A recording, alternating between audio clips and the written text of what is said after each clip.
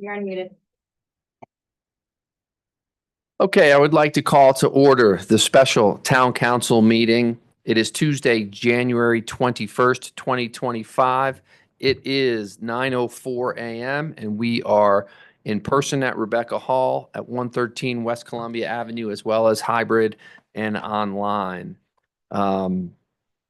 First thing we have to do is roll call, starting to my right. Ellen 11. Neva Shawnette. Me and Faith. Ashley Von Sparken. Aiden Wright. And Teddy Erico.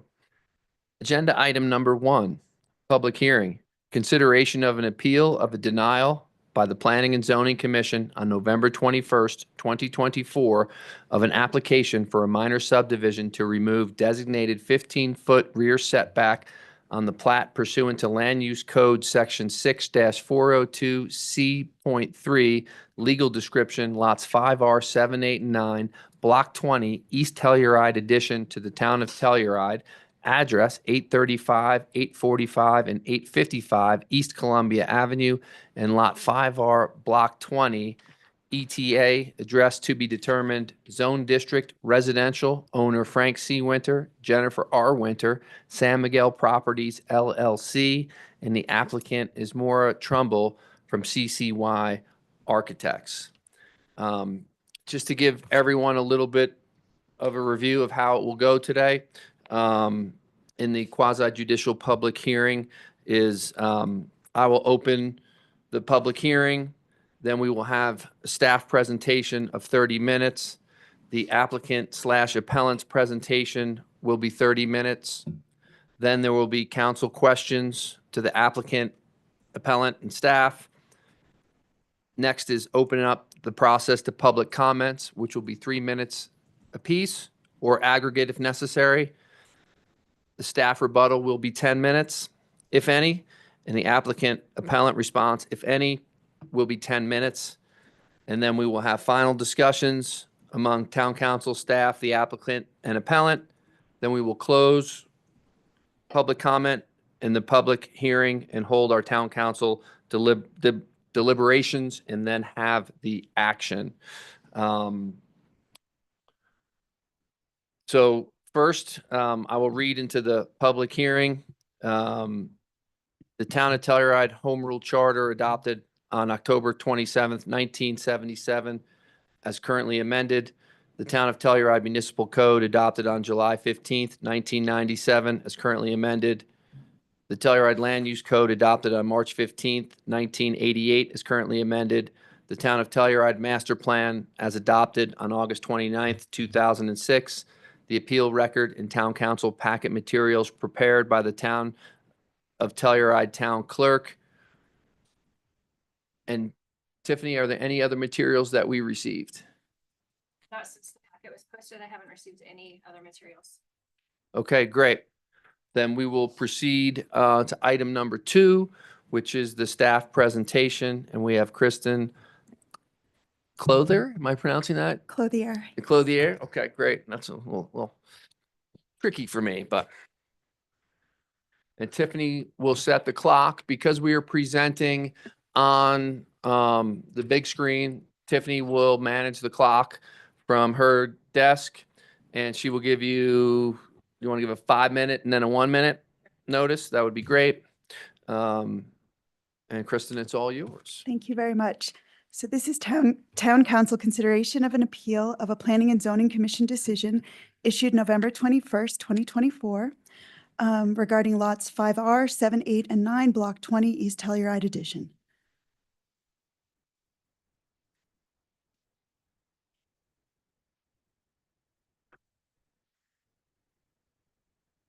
This is an appeal of the November 21, 2024 decision rendered by the Planning and Zoning Commission of the Town of Telluride, denying an application for a minor subdivision pursuant to LUC 6402C3 to remove a 15-foot platted rear yard setback on lots 5R, 7, 8, and 9, Block 20, East Telluride addition, the project.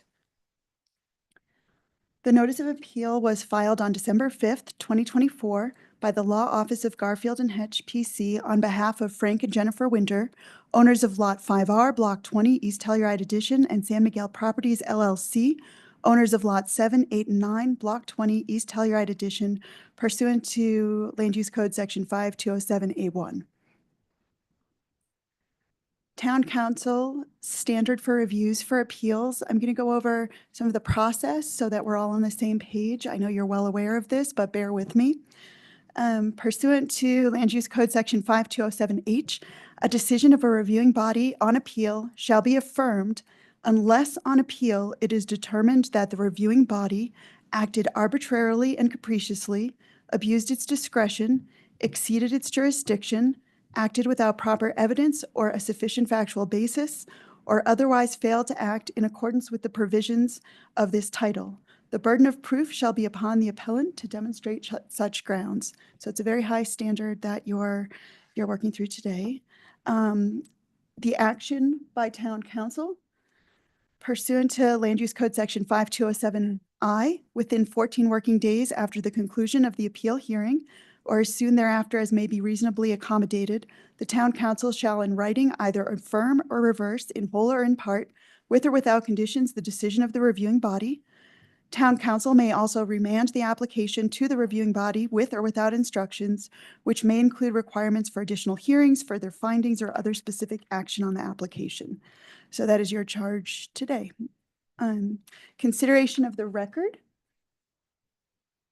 Pursuant to Land Use Code Section 5207F, when considering an appeal, Town Council shall consider only the record as compiled at the hearing or hearings before the reviewing body.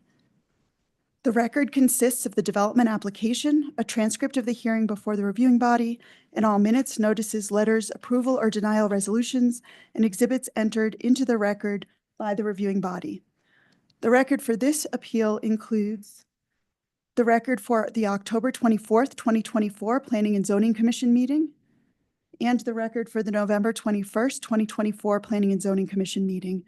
I know that you've all had access to the complete record and have had the opportunity to review it thoroughly, so I'm just going to cover some really high points that for your further discussion and consideration, and then you can always refer back to the record for any additional details. So this is a brief factual summary of the various proceedings leading up to this appeal. And I'm going to specifically state which items that I'll reference are on the record and which happened prior, but I think it's important for you to have context as to what led us to where we are today. So very briefly, the owners of lots 5R and lots 7, 8, and 9 of the East Telluride Addition submitted an application requesting a minor subdivision to remove a 15-foot rear setback established by recorded plats in 1997 and 2015. The request was originally considered by the Planning and Zoning Commission at a hearing held during the regular meeting of February 22, 2024. At that meeting and following the hearing, no formal action was taken. This meeting is not a part of this appeal record. The application was considered for action at a rehearing on June 27, 2024, and approved by a vote of 4-1 in the form of Resolution 2024-1. This meeting is not a part of this appeal record. On July 11, 2024, an appeal of the Planning and Zoning Commission decision was submitted to the town clerk from the law firm of Eisnogel Seaver Pogue on behalf of owners of lots B4, B5, and A5 of the East Pandora PUD, East Telluride Addition. The town council held a special meeting to consider the appeal at a public hearing on August 19, 2024, at which the town council voted 5-2 to direct the town attorney to prepare a resolution to remand the application back to the Planning and Zoning Commission with the following finding: that the Planning and Zoning Commission failed to act in accordance with the provision of this title, specifically Telluride Land Use Code 5206 hearing procedure, when a member of the commission offered evidence without the opportunity for rebuttal during the deliberation process. And this meeting is not a part of the appeal record. I went through those very quickly because you're all very familiar with everything that happened up to that date, and I'll spend more time on what came subsequently. The town council adopted resolution 2024-22 at the regular meeting of August 27, 2024, containing the following findings. Town council finds that a member of P&Z made comments during deliberations that offered additional evidence regarding the application without reopening the public hearing for public comment or applicant or staff rebuttal. In deliberating the matter, Town Council also expressed concern towards staff memorandum, which may lack pertinent information regarding the approval history for the 15-foot rear setback with respect to the October 23 and October 28, 1997 P and Z consideration and approval of the 15-foot rear setback and the legal determination as to whether the 15-foot rear setback is separate from an access easement for the same location. This meeting is not a part of the appeal record. And now we're moving on to the appeal record. A hearing by the Planning and Zoning Commission was held at the regular, hang on one second. Sorry about that.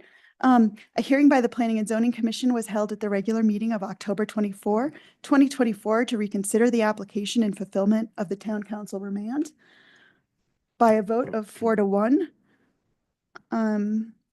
the item was continued to the November 21st regular meeting of the Planning and Zoning Commission for further discussion and receipt of additional information regarding compliance with the Telluride Master Plan and subdivision criteria for consideration of a final motion.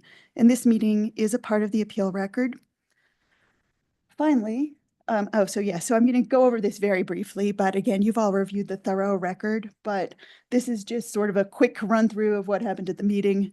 And if you have questions for myself or eventually the appellant, you can ask those. But very briefly, Ron Carls, interim senior planner, shared a detailed staff presentation at that meeting. Staff recommended approval of the application. Staff responded to questions from the P&Z. The application was represented by Maura Trumbull of CCY Architects and the applicant's legal counsel, attorney Mary Elizabeth Geiger, who shared a presentation on the application and responded to questions and comments from the P&Z. Public comment was opened. Public comment was provided in support of preserving the rear setback line on the plat. Response to public comment was provided by the applicant. Assistant Town Attorney Ali Slayton provided input and responded to questions and comments from the P&Z. Additional public comment was accepted. Rebuttal was provided by the applicant, and the P&Z deliberated. Assistant Town Attorney Slayton provided advisement. After which, by a vote of 4-1, and this is just a reminder, the P&Z continued to the November 21 regular P&Z meeting for further discussion regarding compliance with the Telluride Master Plan and subdivision criteria before consideration of a final motion. And I'm trying to use both hands here. Coordination is a little tricky. So a continued hearing by the Planning and Zoning Commission was held at the regular meeting of November 21, 2024. The commission was reminded by staff per the staff memo that while the Town Council did remand this item on appeal, pursuant to the above, its decision was based on the process that occurred prior to the Planning and Zoning Commission rendering its decision and not on the outcome of that prior decision. The Planning and Zoning Commission was instructed to take steps to carefully follow all public hearing procedures and to reconsider the application under these procedures. Following the public hearing and deliberation, the P&Z denied the application for a minor subdivision for lots 5R through 9, Block 20, East Telluride Addition by a vote of 4-1 in the form of Resolution 2024-04. And this meeting is a part of the appeal record. Again, you've all reviewed the whole record from the hearing on November 21st, but just really quickly, a motion was made to reopen the public hearing on this item continued from October 24, 2024. Ron Carls, interim senior planner, shared a detailed staff presentation consistent with the staff memorandum prepared for the November 21, 2024 Planning and Zoning Commission meeting. Following the staff presentation, there were no questions from the P&Z. The application was represented by Maura Trumbull of CCY Architects and the applicant's legal counsel, attorney Mary Elizabeth Geiger, who shared a presentation on the application and responded to questions from the P&Z. Public comment was open. Public comment was provided in support of preserving the rear setback line on the plat. The applicant provided rebuttal to the public comment. The P&Z had no questions. The P&Z deliberated. Assistant Town Attorney Ali Slayton provided advisement. And following the public hearing and deliberation, the Planning and Zoning Commission denied the application for a minor subdivision for lots 5R through 9, Block 20, East Telluride Addition by a vote of 4-1 in the form of Resolution 2024-04. So now, a brief summary of the staff analysis, and you can refer back to the 11/21/2024 meeting record for complete details. I think it's important that I kind of walk you through that particular meeting in a little bit more depth. Just again, everything I speak to today is based on the record. No new information is being introduced, but I do want to sort of remind you of some items that took place during that hearing. So the 15-foot rear setback established by the 1997 plat reflected the decision of the P&Z and agreement by the town as the property owner. And this is what Ron Carl's interim senior planner spoke to during that hearing. Because the current owners have mutually agreed to access the lots from Columbia Avenue and Columbine Street, they are requesting the 15-foot rear setback be removed from the plat and that future construction comply with the building setback established by the Telluride Land Use Code. The standards of the Land Use Code which apply are as follows: 3204C6, minimum rear yard. A, principal buildings 15 feet or the average setback of the block in which the parcel lies unless modified by HARC. However, the setback shall not be less than 5 feet. And B, accessory buildings 5 feet. Although there were no findings in the December 11, 1997 motion to grant the subdivision with the designated 15-foot rear setback, the staff memo to the commission at that time did demonstrate compliance with the subdivision design criteria of 6408. The following was a condition of approval. At the time of the first HARC review in the subdivision, access can be developed from the rear of all 5 lots if all owners agree unanimously to do so, or alternatively, a 10-foot curb cut will be made on the westerly boundary of Lot 5. A 10-foot curb cut will be made between Lot 6 and 7, equally divided between them. A 10-foot curb cut will be made on the easterly boundary of Lot 8, and Lots 9 shall have access from Columbine Street. So at the January 13, 2015 P&Z chair meeting, and again, this is all from the staff memorandum and the staff presentation during the November public hearing, the 15-foot rear setback was maintained for lots 5 with the approval of the minor subdivision combining lots 5 and 6. Again, although there were no findings in the motion of approval, the staff memo to the P&Z chair back in 2015 demonstrated compliance with the master plan, land use code, subdivision regulations, streetscape design standards, and design guidelines. Additionally, the following background was provided in the staff memo. The subject property is currently comprised of 2 conforming lots. The applicant seeks to combine the lots to create 1 conforming lot. Through an access agreement, the lots currently have the option of access via Columbine Ave right-of-way or via 15-foot access that runs through the north of lots 9, 8, and 7. Combining lots 5 and 6 would mean that only 1 access point off Columbia would be considered instead of 2, or access could still be achieved via the 15-foot access on the north of the properties. Access to the lots via Columbia Avenue would require an access permit from Public Works. Access would be determined upon development of the lots, but is a relevant consideration in the replat process. And again, this was part of the staff presentation and staff memorandum. The subdivision approval to designate the 15-foot rear setback granted on December 11, 1997 demonstrated compliance at the time with the subdivision design criteria of the Land Use Code per the staff memo prepared for the Planning and Zoning Commission. The subdivision approval to maintain the 15-foot rear setback for Lot 5 granted on January 23, 2015 demonstrated compliance at that time with the master plan, land use code, subdivision regulations, streetscape design standards, and design standards per the staff memo prepared for the Planning and Zoning Commission. And I emphasize that just so that you know that those standards, which are the standards that the Planning and Zoning Commission must follow, were met throughout time. Staff recommended in the staff memo prepared for the November 21, 2024 Planning and Zoning Commission public hearing that the commission should look at this proposed minor subdivision, an amendment to the prior subdivision anew, and consider whether the lots without the 15-foot rear setback would also meet the requisite criteria for decision listed above, and I'll remind you of those in a moment. If all criteria are met, the commission should grant the application. If the commission believes 1 or more criteria have not been met, it should make specific reference to this criteria in its resolution of denial. So that's sort of what staff gave the Planning and Zoning Commission as the charge on November 21, 2024. Additional points for consideration noted in the staff memorandum from November 21, 2024 included the following. Protection of private views is not specifically referenced in the Telluride Master Plan or the Land Use Code. HARC will consider mass and scale and preservation of views and open space in reviewing any proposed development on the site in the future. Town legal advised that third parties do not have a right to the benefits granted by a prior subdivision if an applicant meets all criteria for amending a subdivision. Approval of the current application is not a variance and does not remove or modify the rear setback for primary structures or accessory structures required in the residential zone district.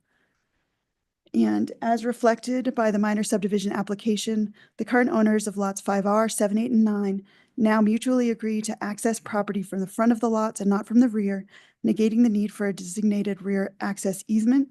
The applicants are requesting that the 15-foot rear setback be removed from the plat and that future development be permitted per setbacks established by the land use code.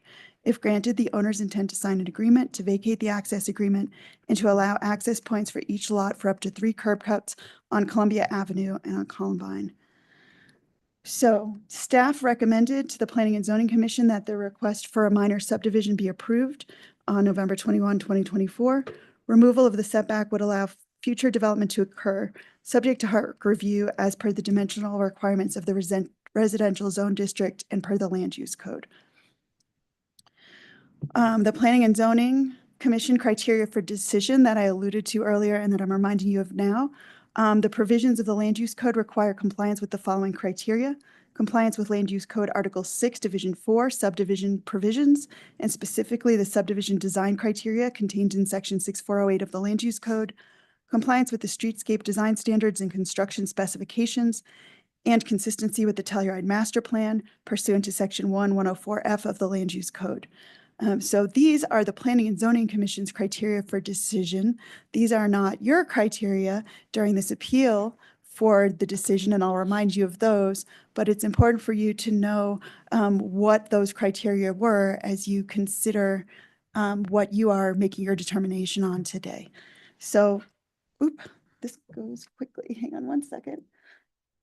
Following the public hearing and deliberation, the Planning and Zoning Commission denied the application for a minor subdivision for lots 5R through 9, Block 20 East Telluride Addition by a vote of 4-1 in the form of Resolution 2024-04. And you have all reviewed that resolution, I'm sure, in depth. I can very quickly go over the criteria that they base their determination on, just to remind you. I won't go through each of these, but obviously an application was submitted requesting the minor subdivision and to remove a designated 15-foot rear setback. The Planning and Zoning Commission considered the application at public hearings on October 24 and November 21.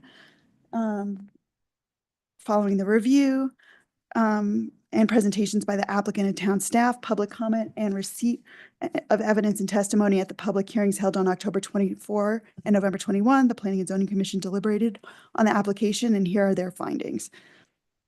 They found that the application is inconsistent with Telluride Master Plan Goal A to maintain and enhance the unique sense of community that is present in Telluride today. Specifically, Policy Action 2 give special recognition in the master plan to those qualities and features that make Telluride unique and use these elements to protect and cultivate the town's sense of identity. The most basic of these qualities is the town's setting with a special scale views and proximity to mountains. The community itself represents another asset with an energy and level of civic involvement and accomplishment that is missing in many other towns of larger size. Together, these natural and human resources represent a base upon which the master plan seeks to build. They also included a finding, Policy Action 4, recognize and preserve the visual scale of the town in the context of the mountain backdrop. And Policy Action 6, identify and protect those scenic vistas that make Telluride special when viewed from within or outside the town. In addition, finding 2, the application is inconsistent with the Telluride Master Plan Goal H, develop a coordinated approach to urban design that establishes visual continuity, promotes a sense of community and a walkable town. Specifically, Policy Action 1, maintain the traditional or historic scale of Telluride throughout the town, including areas of new development and infill areas. Policy Action 5, guidelines for special treatment areas shall provide urban design concepts for neighborhood and boundary condition compatibility that define how individual developments should relate to each other and relate to the protection of the town's historic character. And they also had a finding 3, the Planning and Zoning Commission, and this is again in that resolution. The application is inconsistent with the Telluride Master Plan Goal 1 to develop and maintain, or Goal I, to develop and maintain permanent or long-term housing and residential neighborhoods in and proximate to the commercial core, which enhances the living environment for all citizens of Telluride. Specifically, Policy Action 2, control residential development and identify natural hazard, geologic, soil problem, or visual impact areas. Policy 4, ensure that new residential construction is designed in scale with the surrounding neighborhood. And finally, their fourth finding in the resolution was there have been no significant changes in the neighborhood since 1997 when the 15-foot rear setback was established.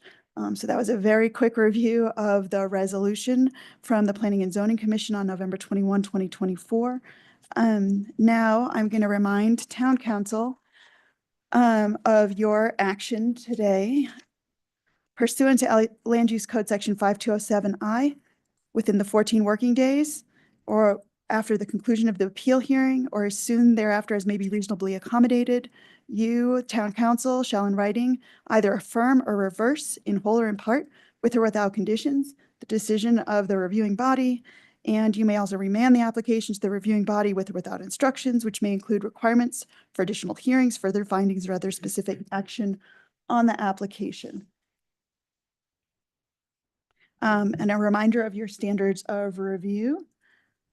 Pursuant to Land Use Code Section 5207H, a decision of a reviewing body shall be affirmed when considering an appeal unless it is determined that the reviewing body acted arbitrarily and capriciously, abused its discretion, exceeded its jurisdiction, acted without proper evidence or a sufficient factual basis, or otherwise failed to act in accordance with the provisions of this title. And the burden of proof shall be upon the appellant to demonstrate such grounds. So their presentation is next. If you need me to pull this slide back up at any time as you're during your deliberations, please let me know. I also included in the staff memorandum proposed motions. I'm not going to go over them in depth now, but if you need me to later, please let me know. And so you have a proposed motion to affirm the Planning and Zoning Commission decision, to reverse the Planning and Zoning Commission decision, and to remand the Planning and Zoning Commission decision. And pursuant to Land Use Code Section 5207J, to reverse, modify, or remand the decision of the Planning and Zoning Commission on appeal. An extraordinary majority of Town Council must so vote. In the event of disqualification of one or more persons from participating in the appeal, the number of votes necessary shall be reduced by the same number. Since we have one member absent, the vote is going to be 4-6, and actually that's across the board, even if you affirm, even though that's a standard majority, because of the 6, it's 4 for each. So again, if you want me to subsequently go over the proposed motions, happy to do that, but I'm not going to do that now. But you will be asked to very specifically, if you make a determination to reverse or remand, be very specific about your findings as to why you are deciding that. And you'll see there are blank spaces in your proposed resolutions for those options. And that's it for me. I'm happy later to answer any questions. Ron Carls, who is the interim senior planner who presided and represented staff at those 2 public hearings, is also here virtually. So we're both here to support you and answer any questions along the way. Thank you very much. Great. Kristen, thank you very much for the staff presentation. Instead of any questions now, I'd like to hold off on those until the applicant appellant's presentation. So we will move on to that presentation, and you have 30 minutes. And whenever you're ready to start. Thank you, Mayor. Mary Elizabeth Geiger here on behalf of the applicant appellant, along with Maura Trumbull of CCY Architects. I appreciate council taking time this morning. I know it's a special meeting, so that's extra time. So thank you. And thank you, Kristen, for very thorough staff presentation. I will say just throughout this entire process, staff has been very thorough, has provided a lot of great information that's included obviously in the record in front of you. And I think that's very important. because throughout the application process, staff has recommended approval. And we are here today. We did go back through these hearings in October and November because of the remand that you guys did on the appeal back in August.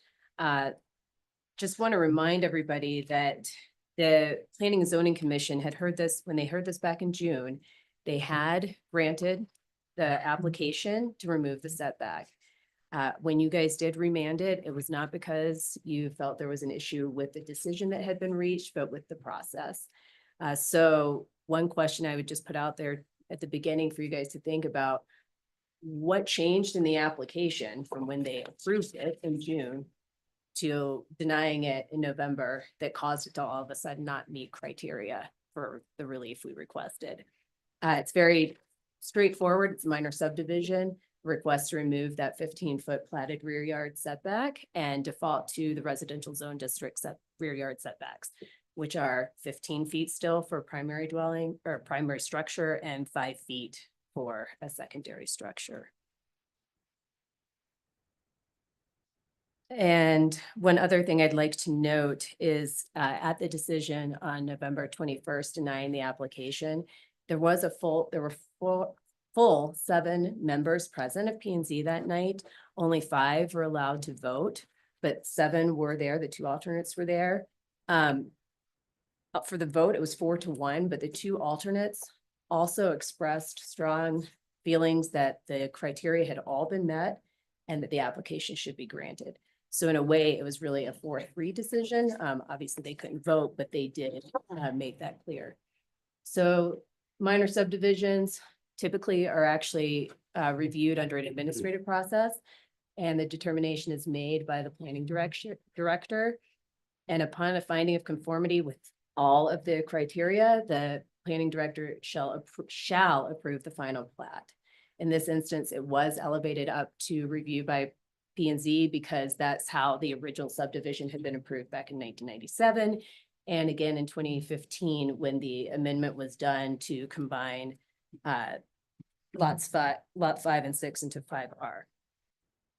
So our notice of appeal, first off, I want to make a correction. I apologize throughout that. I said that it was P and Z resolution 24-3. At the time I filed the appeal, that resolution actually hadn't been signed and didn't have a number. So that was my best guess. I do realize it was 2024-4 once it was signed. Just like the appeal, actually, ironically, by the neighbors previously, in this instance, when this came back on remand and was reheard in October and November, P&Z still failed to give the applicant due process. Again, there were comments made during deliberations after the close of public comment, introducing new evidence, statements such as, you know, I walk around town and I feel that, think about other places where 5-foot rear yard setbacks. Sometimes there's usually an alley behind that. You know, that's based upon personal knowledge. That was not knowledge that was necessarily, or evidence that was presented. There were discussions about, I've seen debris flows in this area. Well, there was no evidence presented about debris flows by staff, by the applicant, or by public comment. So we feel that, again, P&Z did not quite get it right, even though council was directing them over and over to, you know, not make those sort of comments or add additional evidence after the close of public comment. Another denial of due process, there was extra weight given by P&Z. It was very clear in their deliberations that this had been a town application initially, and that because it was the town as the applicant for this original subdivision, that somehow that meant nothing could be changed, that this application, this subdivision somehow had higher deference, I guess would be the best way to put it. I would draw your attention to statements made by Chairperson Dye that there are some compelling arguments made on behalf of staff that it's a subdivision, and that if it meets the subdivision criteria, then according to applicant, we should approve it. My hang up with that is that this was a town subdivision. That is completely arbitrary. That shows bias. The town as an applicant isn't treated any differently than any other applicant coming in for a land use application. That was clear from 1997 when there was a staff memo, staff analysis. They still had to meet the criteria for the subdivision to be approved.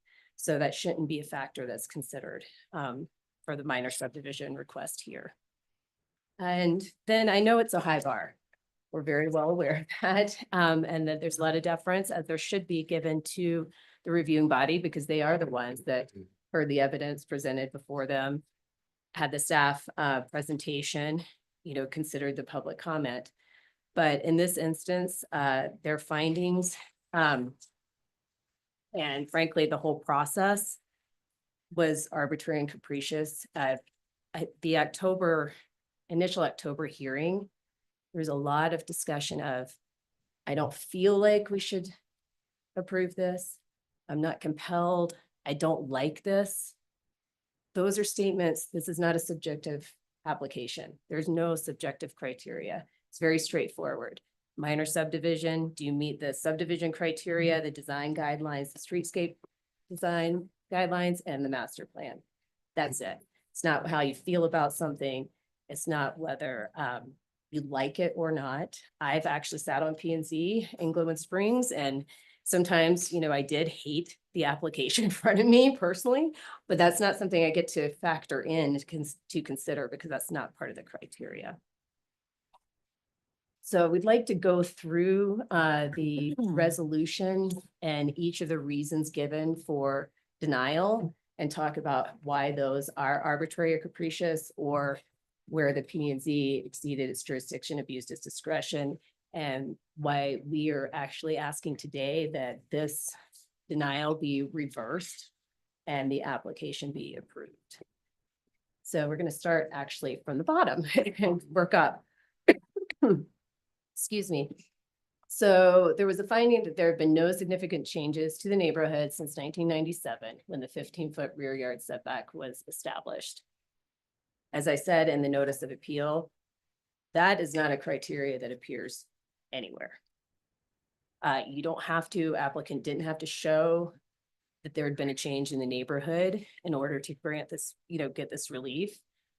Frankly, if that were the case, I'm not totally sure that many applications would be granted in town because you guys do have, an old historic development. And if you had to wait around for the neighborhood to change before you could actually change something on your property, my guess is that wouldn't happen very often. So I would say this is just completely arbitrary and capricious because it has no basis in the code or the master plan or any of the criteria for relief. The next one, goal I, I'm not going to reread this because I know Kristen just did a great job of going through these for you. But this is really the geologic hazards. That, again, there was no evidence. The record has no evidence of that except for a statement by a commission member after public comment had closed. In fact, in 1997, the staff memo found that this didn't even apply. Geologic hazards wasn't even applicable. So removing a 15-foot rear yard setback doesn't all of a sudden create geologic development or geological hazard area. And also to ensure that new residential construction is designed and scale with the surrounding neighborhood. As staff has pointed out numerous times, Kristen reiterated again, the actual development that occurs on these lots and the scale of that development is going to go through a HARP review process. That is not part of what was in front of P&Z. There wasn't a actual development application. And also just wanted to remind council that the underlying setbacks for the residential zone district, the 15-foot for primary, 5-foot for secondary, that's set in the code, which in and of itself is a finding that that's compatible with residential development in neighborhoods. And thus inherently compatible with the master plan.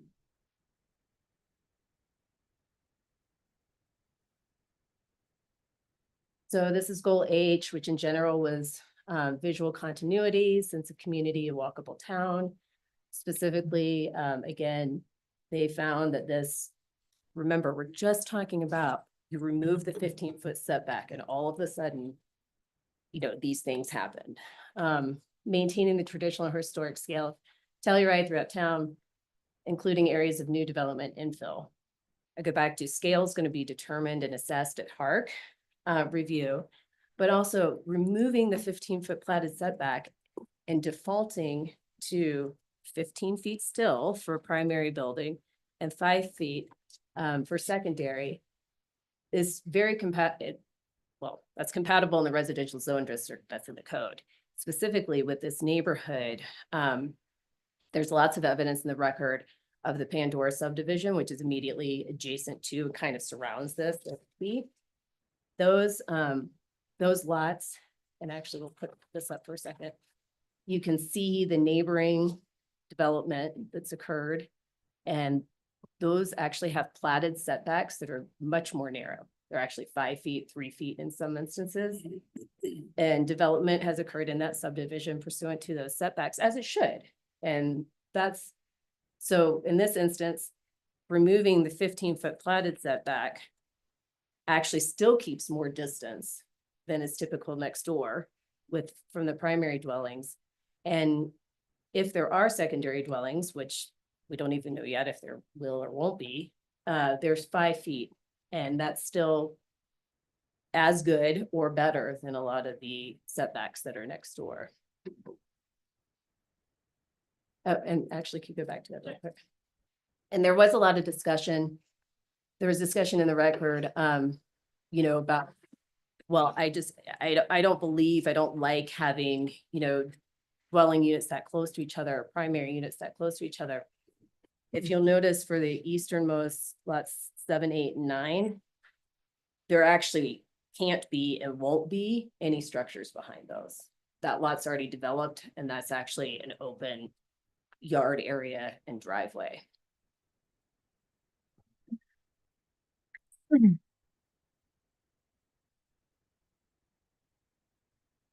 Oh, sorry.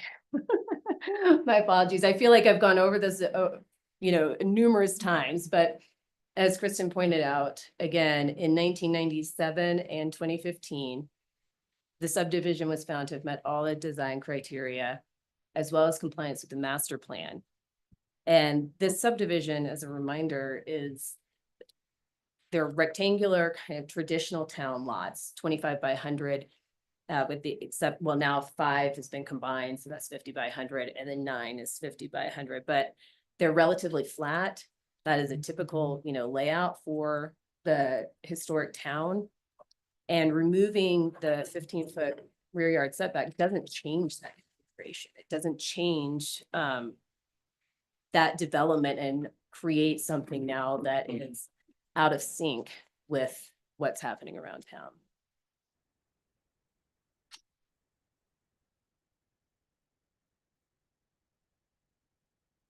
And then goal A, maintain and enhance the unique sense of community present in Telluride today. So there were 3 pieces pulled out for that. As I just mentioned, they're traditionally scaled town lots that's compatible in scale with the surrounding neighborhood. As I said earlier, the setbacks determined in the land use code are inherently compatible with residential development. And the vistas from within and outside town and from public rights of way will not be impacted by the removal of this setback. They'll still be held to 15 feet for primary dwelling, 5 feet for secondary.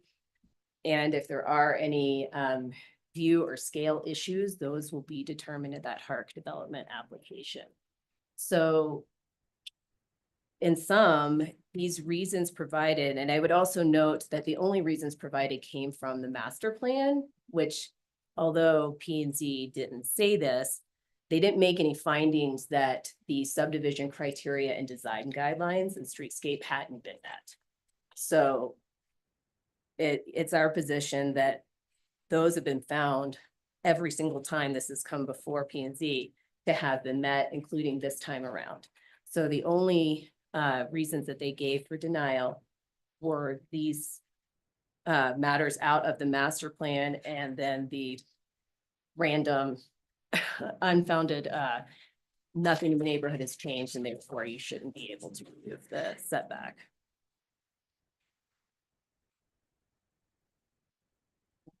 And so in conclusion, I mean, I don't know how much more I can add beyond what was in my notice of appeal.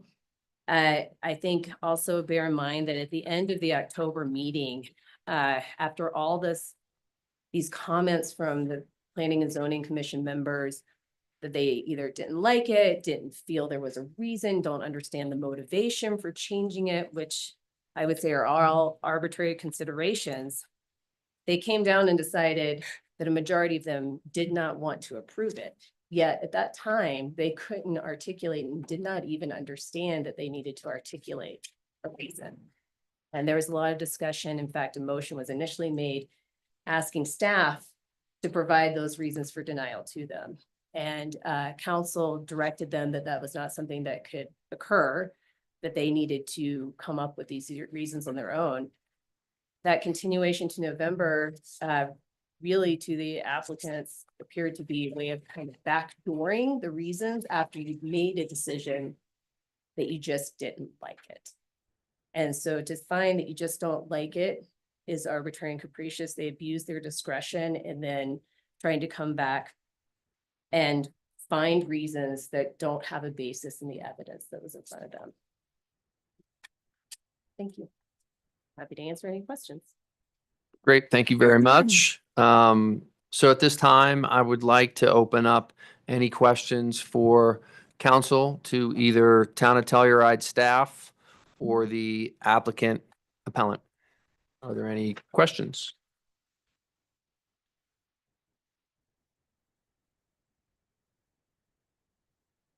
Okay, seeing no questions from council, we'll open up the process to public comments. Please keep in mind that comments are limited to 3 minutes apiece, or if it's aggregate, let us know. Tiffany will keep the clock. And you're going to have to step up into the microphone and state your name and where you live. And if you're online, please raise your hand. Is there anyone in the room for public comment? Seeing no public comment in the room, is there anyone online, Tiffany? So if you haven't raised online, I'm going to unmute Lexi Tuttenham first. Okay. Hi there. I'd like to yield my time to our attorney Lance. But just wanted to say that I appreciate all the time the town has put into this. But it's been a long process, and I think that the applicant is stretching in some cases to really make their case. Thanks. Yielding. Okay. Thank you, Tiffany. Make a note of deferring her time to Lance. Is there anybody else online for public comment? Second, Gabby McDonald. Hi, this is Gabby McDonald, and I would have liked to have been there in person. I apologize, but I have a brand new nephew who was born, so I'm up in Denver, but I would like to yield my time to Lance Ingalls as well. Thank you very much to all of you. Great. Thank you, Gabby. Yeah, the last hand I have is Lance Ingalls. So no other hands are raised. So that would be 9 minutes for Lance. And I'm going to edit the timer to 9 minutes. And you are unmuted, Lance. Thank you. And thank you for taking the time to listen to concerned neighbors and myself. My name's Lance Ingalls. I live in Parker, Colorado, and represent the interest of the neighbors for this land use application. We met face to face in August when I was privileged enough to be able to visit your beautiful town. But this time I'm appearing remotely. Why are we here? One question that was asked by the applicant's attorney was, what has changed? And that really is a related question. Why are we here is in August, when neighbors first appealed the decision of the P&Z, they took the position that several issues were really presented to the P&Z in a way that were misleading and inadequate. And the biggest of those being that there is a difference between a setback and an easement, but the staff report conflated the issues where it was There was no distinction between the two. In fact, the staff had said and told the P and Z that they were one and the same. And we cited different provisions of the testimony of the P and Z to you, and they were clearly confused by that issue. In addition to that, there was some testimony offered after the close of public testimony that there was no chance to rebut or comment on. And combined, the council had concerns about those issues, and they did remand with both of those concerns being stated in their resolution for remand. And so when this was approved by the P and Z in August, well, it's true, I'm sorry, in June, it's true that the city council, town council did not reverse that, but it was remanded for a new hearing, and a hearing that was complete on the record. And so things did change. What went before the P and Z then on remand clearly made the distinction between the setback, which was established in 97, and the easement, which was established in 97. And for the first time, the P and Z understood that resolution of the access issue, which was left to the individual lot owners, did not affect the setback. Their decision was whether or not to remove the setback, and they were very much in tune with that decision. They had a number of questions that they asked on the record about what that meant. What did it mean to leave the setback? What did it mean to keep the setback? And some of that was about future plans. They just wanted to understand. And so they wanted to understand the issue in front of them, and I thought they did a very thorough job in doing that. All this is to say they had an adequate record, a complete record on all of the issues you're hearing about today, and they simply did not agree with the applicant that approval was the appropriate route to go. So let's start briefly with what is the standard of review. The standard of review for abuse of discretion is well established in case law. Essentially what it means is, was there evidence in the record that supports the decision that was made, yes or no? So long as there is some competent evidence in the record, the decision, a quasi-judicial decision, would have to be upheld if that's the basis for reversal. And there was testimony from the public, and your regs do require you to accept public testimony. There was testimony from the public with concerns about removing the setback, and those concerns were persuasive to the P and Z. And so it wasn't that they were just deciding what felt right. They were listening to the testimony. They understood very well the difference between keeping the setback and removing it. And ultimately, they decided to keep the setback, the firm, platted subdivision setback that has existed for 27 years. So standard of review is there any evidence in the record? There are also a couple of things in the appeal that really change legal assumptions, and I think they should be brought up rather than ignored. There is a statement made in the appeal document that says there may have been ex parte communications, and that would seem to impugn the integrity of the P and Z, and that is basically asking you to make some assumptions and presumptions that they misbehaved. But the case law is clear that there are no presumptions they misbehaved. The opposite is true. There's a presumption that they behaved adequately and with integrity and with honesty. And so I would encourage you to not reverse the case law and make assumptions that your P and Z misbehaved. They didn't. They had a issue in front of them that was difficult for some, and they handled it to the best of their ability. There's also assumptions what would have happened had there been other people voting. The final vote on this issue was 4-1 from the voting members of the P and Z, and I don't think that should be ignored.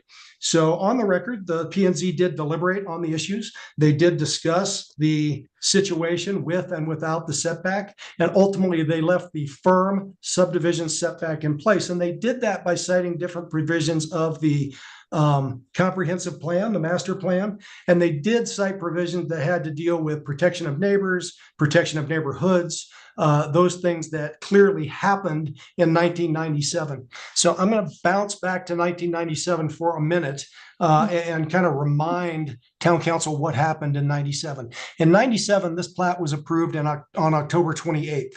After that approval, it was not recorded because one issue became confusing, and that was the issue of access. The concern was that as approved on October 28th, the access could have resulted in a veto of one lot owner over all lot owners. And if only one lot owner wanted access from the rear of the lot, all of them would be stuck with an easement for that purpose across their lot. So the easement was pulled out of the final platted document. A separate easement was recorded, and that was crystal clear. That easement would be from the rear if everyone agreed, and from the front if not everyone agreed. Again, the setback had been approved on October 28th, and the setback was not an issue on December 11th when this was reheard on the issue of access alone. And that was important because the findings that were made back then, the findings that this neighborhood, this area was unique and that the subdivision was unique, those are still true today. That's why there was discussion of concern about nothing's changed. Nothing's changed in 1997, it was important to the town as the applicant and landowner to get this right and to honor the neighborhood that existed, to honor concerns that existed. If you want to know what those concerns are, they are in the staff reports from those hearings in 97, and they do give insight as to what existed and why in fact these were separate issues. And so what existed back then, there was a setback. The setback was 15 feet from the rear property line. That setback in part could be used for access, but the access could also be removed and remain from the front, but the setback remained. Again, P&Z understood that. They had a complete record on that issue, and they weren't acting simply willy-nilly in seeing how they feel. They were listening to concerns that were raised about why that setback was in place and why it remains important today. If you go through the criteria that's already been put up in front of you today, all of the provisions deal with neighbors and neighborhoods and concerns and setbacks that have stood the test of time, or at least the test of time over the last 27 years. They were unique. This neighborhood was unique when that was created 27 years ago. Those concerns remained important to the P&Z, and they shouldn't be reversed solely because of concerns that they didn't like it. So let's talk about the process while we have just one more minute. The process of the P&Z is until they have started to deliberate and determine how they're going to vote, they really can't start to formulate what the resolution is going to look like. They can only do that after deliberation. Otherwise, you would have a due process violation. It's much like town council does. When town council deliberates and starts to vote, they formulate exactly what that final decision is going to look like. That's what the P&Z did in this case. And it's difficult to get 4 different people to, on the fly, pull their master plan and other ideas as to what denial should look like.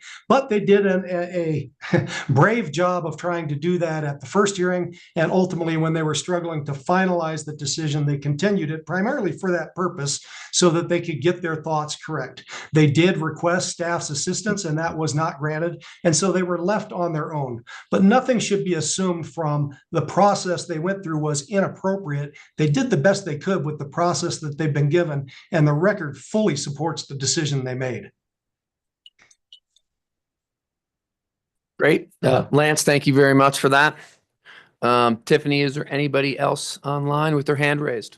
No, see no other hands raised. Okay. Seeing that there was no public comment in the room and we got through public comment online, I am closing public comment for the hearing today.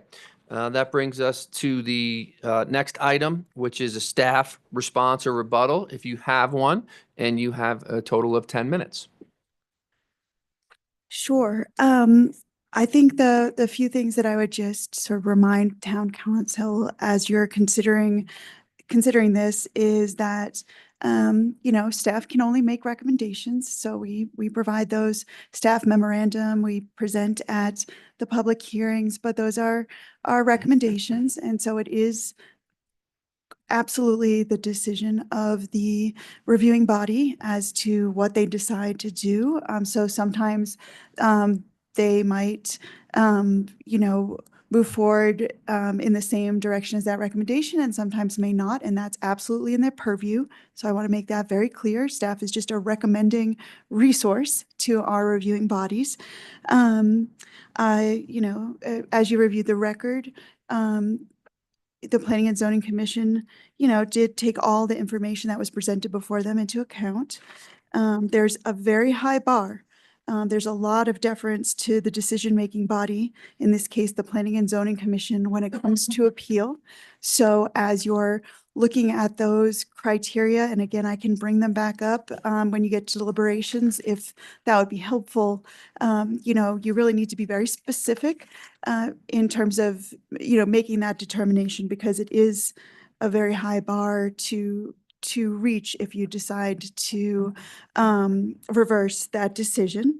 I think I also, again, I'm just kind of stating the facts here. As you well know, town council is not relitigating on appeal, so you're not rethinking through the actual decision on the project. You are focused on the specific criteria that are your standards for review of an appeal. So lots of information presented, but you're very focused not on which way it went, but how that process went, and whether you hit that high bar for reversing or remanding a decision that was made by the Planning and Zoning Commission. And they did vote 4-1 to approve based on those two hearings and the whole public record that you have reviewed. If you were to have any questions on anything that has come up in this discussion, I'm happy to answer those at any time. I think I'll stop there.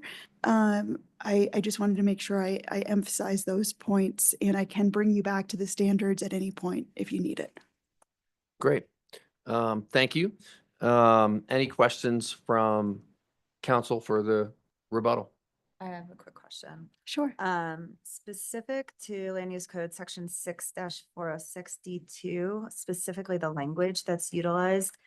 Upon the finding of conformity, the planning director and P&Z chairperson shall approve the final plat. Can you speak a little bit more to that language and how it applies? I think it would be difficult to speak to that without going back to the record. And so that was discussed extensively during the review process. I'm not sure if I can, I don't want to go back through those discussions, I if guess that maybe makes more sense. specific to the word shall, because I think that there's emphasis there. And maybe and I don't know if that's a question for our legal department. Yes. Instead, however, but I just want, just as far as the actual land use code and how it is applied and how it should be utilized, I just want to make sure that we all understand that. I hear your question more Yeah. clearly. If you'd like to go, Kevin, and then Sure. I can jump in if needed. Thanks. I'm happy to answer, Mayor. Kevin Geiger, Town Attorney. I think you've heard it from both sides. You've heard staff saying if it meets the criteria, then approval is warranted. You've heard from the applicant appellant. We think it meets the criteria, therefore approval should go forward. What you are seeing, though, is a P&Z resolution that found that the criteria was not met. Again, there are different sides of interpretation on that, but the resolution you have clearly lays out 4 enumerated issues that they found that they thought it did not meet the criteria for approval. That's what you're reviewing today. It really, though, is just a statement in the land use code, and I don't think anything is very controversial about it. If it meets the criteria and you make a finding that it meets the criteria, approval is warranted. If it does not, then approval is not warranted. Again, P&Z found that it did not meet the criteria. That's the application that's on appeal to you today. Thank you. Are there any other questions from council for staff? I just have a quick question. I think it's more of just like clarification. When these proposals are brought through, there's no development plans, correct? There's no building drawings, there's no elevations, there's no showing where buildings will be. Just want to make sure that we have that correct. That is correct. Okay. This is merely for a minor subdivision focused on that 15-foot setback. Good question. One more opportunity if council has any questions. Seeing none, we will move on to the applicant appellant response or rebuttal, if any, and you have 10 minutes. Thank you. Thank you, Mayor. So I noticed Mr. Ingles did bring up, what had changed between the June approval and the November denial. And I meant to touch on this earlier, and I apologize. yes, there had been discussion about whether the access easement and the setback were one and the same.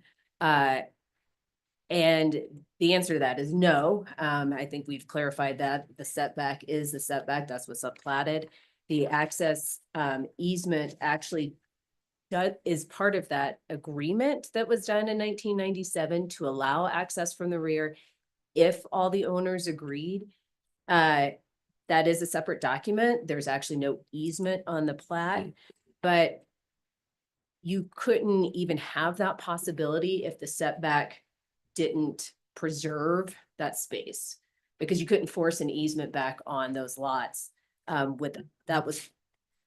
don't want to conflate the two because I know that's not really what we're talking about, but that is, yes, what's changed is a clarification that we're just asking to remove the setback. But I guess my point in saying that nothing had changed was you were still just removing a platted 15-foot space, whether you wanted to call it the easement or the setback at that point. And the question is, does that removal then cause this subdivision, which has been found several times to have met all the criteria, to then not meet the criteria?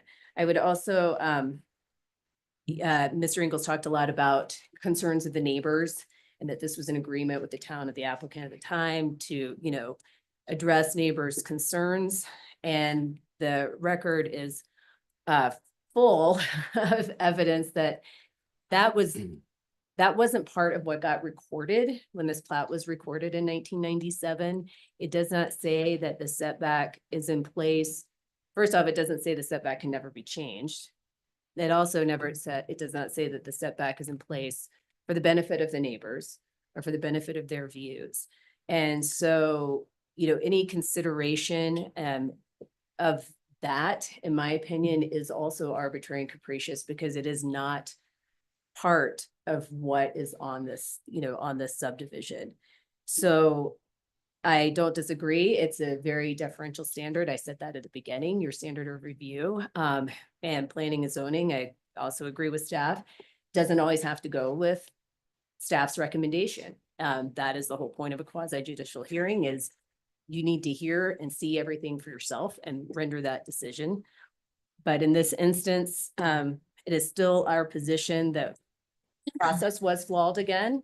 There were lots of statements made that were not presented as evidence to planning and zoning commissioners. Those statements were made in deliberations, and the statements clearly formed part of their decision. I think especially the most obvious one being the geologic hazard statement that then ended up in the decision.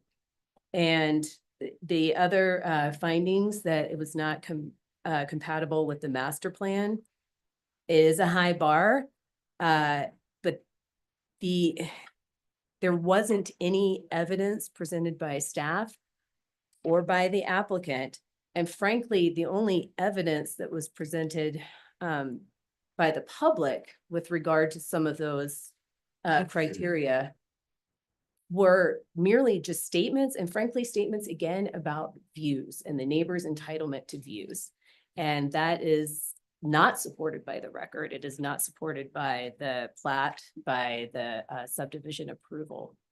So we would just request that this be reversed, that you guys do find that this high bar actually has been met, that P&Z did abuse its discretion, exceeded its jurisdiction by considering items that were not before it. And frankly, I don't think you can discount these statements of, I don't like it, I don't feel it should be granted.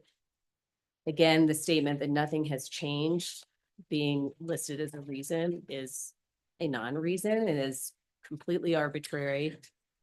This procedure is in place in your land use code for just this purpose. And that is owners of all the lots of this property have, would like this removed, and they met the criteria to do so.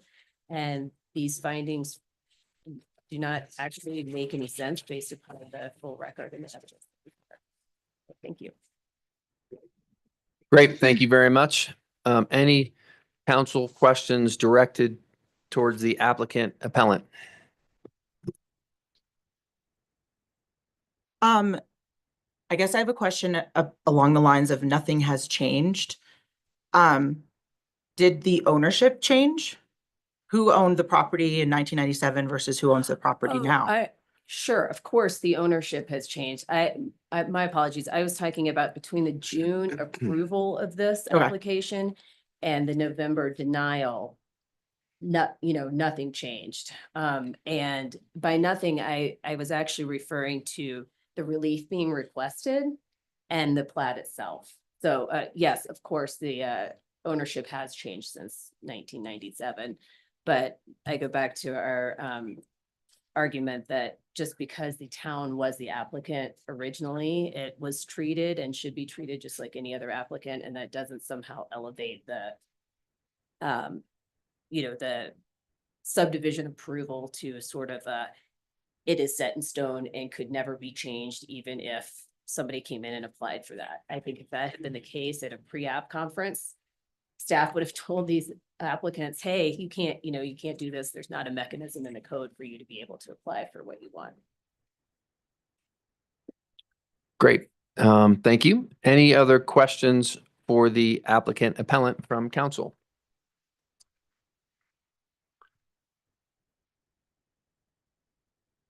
Okay, at this point, we will go to our final discussion and any questions among council, staff, or the applicant appellant. Any other last second questions? Yes.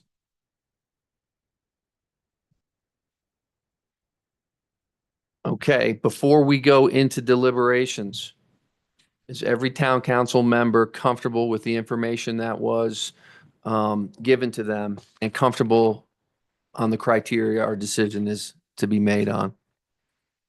Are there any questions for that? Could we have the criteria put back on the screen for us? Yes, absolutely. Thank you. Let's make sure we put a 5207H, I think. That's what you want to look at. Yeah, so that's slide 24. I can get to it unless you want to get us there quickly.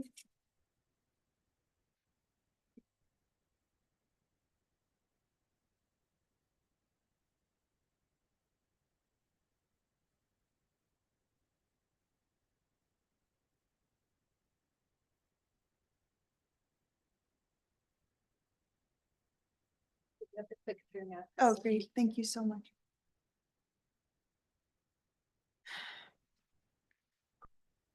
Okay, we'll leave the standards for review up on the screen. This is everyone's last opportunity to ask any questions of staff or the applicant appellant. Kevin? And just to be clear, once you enter deliberations, that's the discussion solely with town council. That's You can, correct. you can ask for assistance from the town attorney, but it's not appropriate, for instance, to go back out to town staff, to go back out to an applicant appellant, to go back out to public comment. This is then you as a quasi judicial board in deliberations stage, just to make sure. And before you jump to that, I will just remind you that on page 9 of the staff memorandum, you have the 3 proposed motions to work from as a resource and a reference. Great. Thank you. I just wanted to make sure that everyone was comfortable with the process and their ability to ask questions or comment with both staff and the applicant appellant. Seeing none, I will close the public hearing and we will hold the town council deliberations and render or direct a decision. Just as a reminder, since I'm closing the public hearing, that there are no additional comments at all that can be received by the town from the applicant appellant, opponents, or any member of the public. And we can discuss it, as Kevin mentioned, with the town attorney. And with that, I will open it up to council for any discussion. Sure. Great. Got to start. I'm happy to kick us off. So to me, the way I'm looking at this is I'm mostly focusing on the motion from the last planning and zoning meeting, which is included in your packet. I'm looking at the attachment notice of appeal from our hearing packet today. So the notice of appeal with attachments 12/5/24. On that page 11 of that attachment is the complete motion from the last planning and zoning meeting. And I'm looking at the findings that support that motion from that meeting. The question to myself is, do those findings support this motion? And how do they relate to the standards for review today? Are they complete, and did they act arbitrarily, capriciously? Did planning and zoning abuse their discretion? Did they exceed their jurisdiction, act without proper evidence or sufficient factual basis, or otherwise fail to act in accordance with provisions of the title in the land use code? So in reviewing this ahead of this meeting, I'm asking myself these questions, and I would say I have a fair degree of skepticism that the findings support the motion as presented. I'm happy to sort of go through those findings and share some of my thoughts on why I think that. Or I can not bogart the microphone and hear other people's thoughts as well. But I think there's a couple on here that we could pretty clearly and decisively say that they are not supported by the evidence in the record, and or do not align with the what the intention or with the meaning of the policies and actions that were cited from the master plan, and show that there wasn't enough sufficient evidence in this. What I'm sort of tiptoeing up to here is that I believe that there is a strong argument to be made that planning and zoning acted arbitrarily and capriciously at worst, or at least without proper evidence or sufficient factual basis. Going back now to the motion for planning and zoning, starting at the finding 4, because that one seems to me the easiest just to throw out. As was stated by the appellant, that is not a criteria necessary for a subdivision amendment, which is what we are reviewing today. So there is nothing required to demonstrate that there have been no significant changes to the neighborhood in the record. So that to me does not have sufficient factual basis for it. So starting there, I throw that out.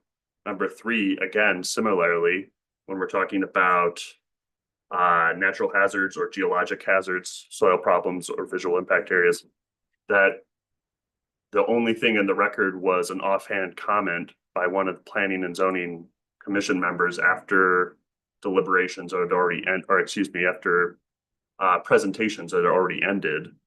So how can you have a sufficient factual basis for that finding when that was never presented and there isn't any evidence in the record? It was just known to her, quote unquote. So I don't think that there's support for that. Those are the easiest ones to throw out in my mind. So that's sort of where I'd like to start. And then I certainly have thoughts on findings 2 and 1 as well, but I can sort of start there and hear what some of the other council members' thoughts are from that. I can go next because I'm going to, piggyback a little bit on what Dan said. And I kind of alluded to it with my question previously about there being any sort of designs presented with this. In section 3, action 4, ensure the new residential construction is designed in scale with the surrounding neighborhood. It seems a little reaching to say that anything was designed at all or was being proposed to P&Z. It's also not their jurisdiction to make determinations about our design guidelines. That lies with HARC. So it feels like putting something in here that says the designs proposed for construction are not in scale with the surrounding neighborhood. What is in scale with the surrounding neighborhood? There was nothing presented. So how could that possibly be a basis for denying a removal of a setback? It's like just because you remove something does not automatically then require that anything be built to a standard or anything like that. They could remove it and then still build a home that's 30 feet from the line. Nothing was proposed. I'm struggling with how that could be a criteria for denial.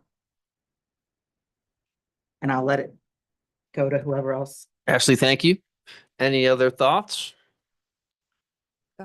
Okay. Yeah, I think like big picture zooming out, I think what I find really troubling in this situation is that it feels like the commission made a decision and then was bending aspects of the master plan to fit their decision rather than using the master plan as the basis for the decision. I think you guys have said a lot of the points in my notes. I have more that I can say, but I do feel like the appellants presented a lot of what my notes were. I think a lot of things that were noted are in the purview of HARC. HARC deals with view corridors, the master plan in terms of what they reference with views, for me, seems pretty clear that it's kind of the pedestrian point of view and not from people's living rooms.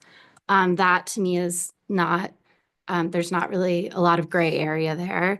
I also feel like, you know, to make that argument, what this setback removal really does is only, the difference is it allows for accessory buildings with a height limit of 16 feet. So I think that also, you know, when we're talking about if this is impacting the public right-of-way views, I just like find that a hard argument to get behind. Let's see, you guys have already touched on 3 and 4. So number 2, the application is inconsistent with the master plan goal H, develop a coordinated approach to urban design that establishes visual continuity and promotes a sense of walkable community in town. I would say that is actually an argument in favor of removing the setback because I think it becomes more visually continuous with the rest of the neighborhood because it's defaulting to the existing land use code. And we see an example of these buildings being closer together than what the removal of the setback would allow, literally right next door. So that to me is a hard one to justify. So I guess without spending too much time digging into more details, I'm kind of again, like I'm in line with Councilperson Enright and Von Sprecken in that I have a hard time applying these points from the master plan to the decision that was made. And I find that the process that it happened in is very troubling.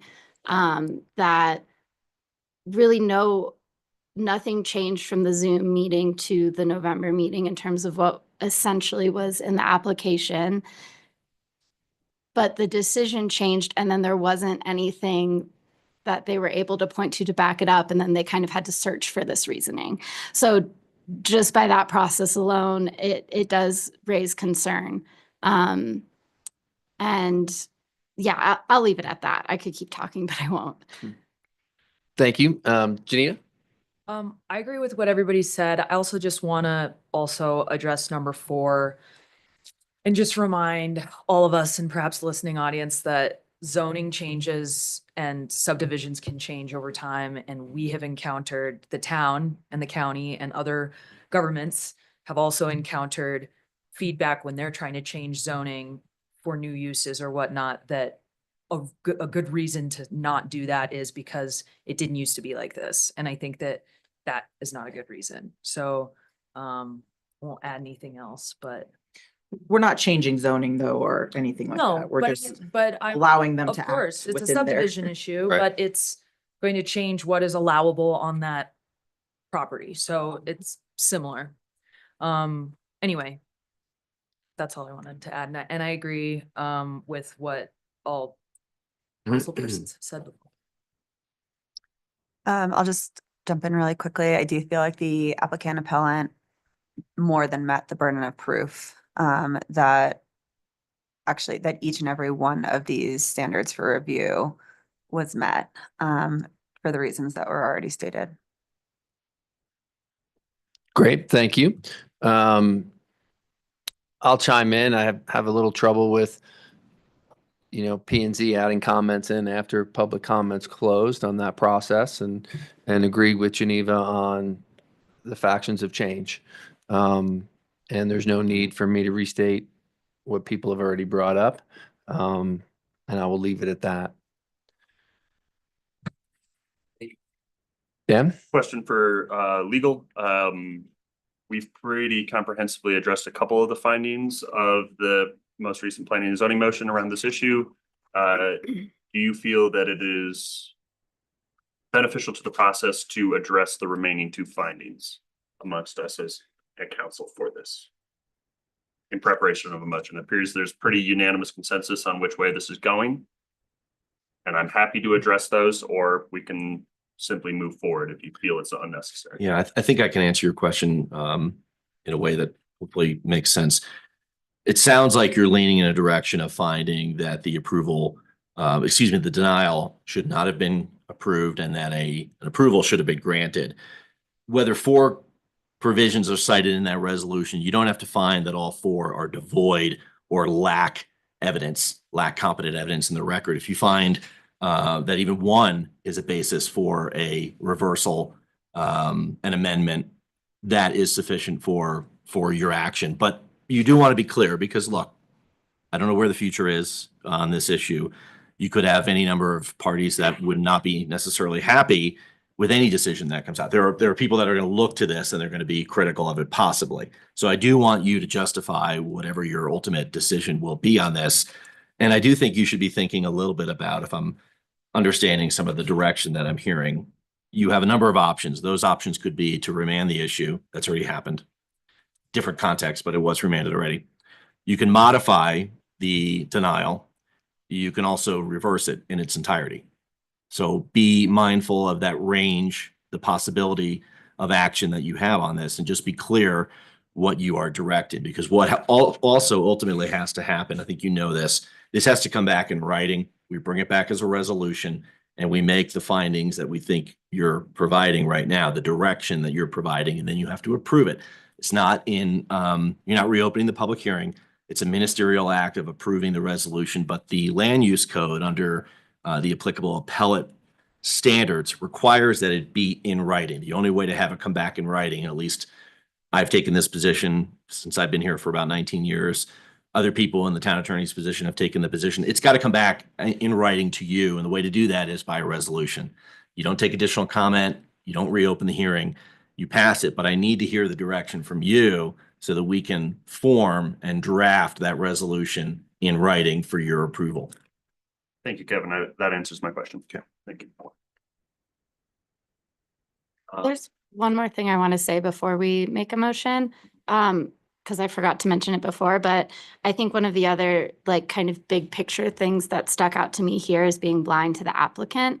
And that's, a kind of a cornerstone of how these boards look at these different applications. And I don't feel like P&Z was blind to the applicant in this case, and that was made pretty clear. And I'm hoping that members are listening, and I just want to reiterate that you have to be blind to the applicant, and that it's just pretty basic, in my opinion. I'd like to add one more thing to my comment too.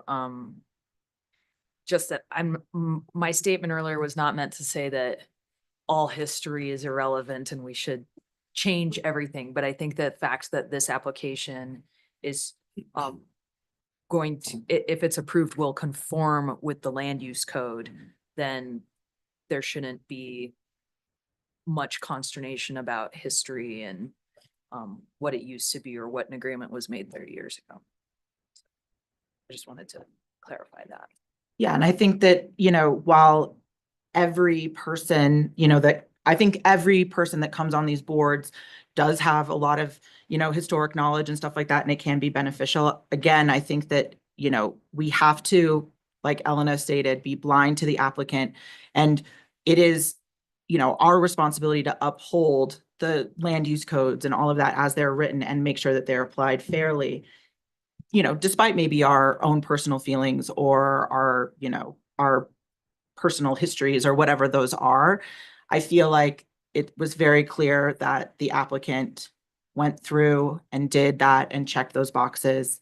And again, I feel like there was, I don't know if it's abusive discretion or arbitrary and capriciously. I just feel like, again, applying something theoretical as far as, future development plans or whatever that is, you can't do that because it's non-existent. You can't say that it's going to be something that you don't have any presentation for it, and that certain boards have certain purviews and that we have to respect those, and that ultimately some of the concerns that this board had for the removal of the setbacks are going to be addressed by future boards, and they'll have to adhere to the land use code. And our hope is that it continues to be applied fairly and equitably amongst everyone, regardless of who owns the property. So.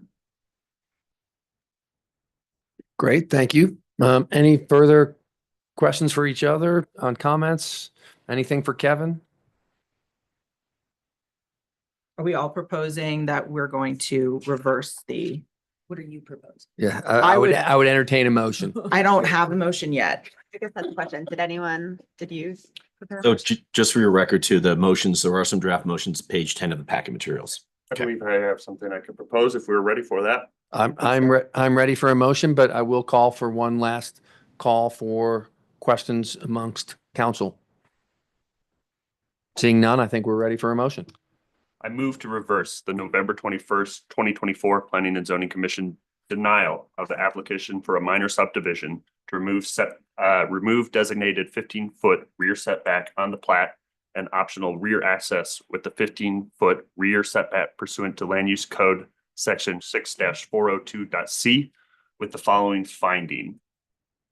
Planning and Zoning Commission exceeded its jurisdiction, specifically in its finding 2, stated as the application is inconsistent with the Telluride Master Plan Goal H, develop a coordinated approach to urban design that establishes visual continuity, promotes a sense of community and a walkable town.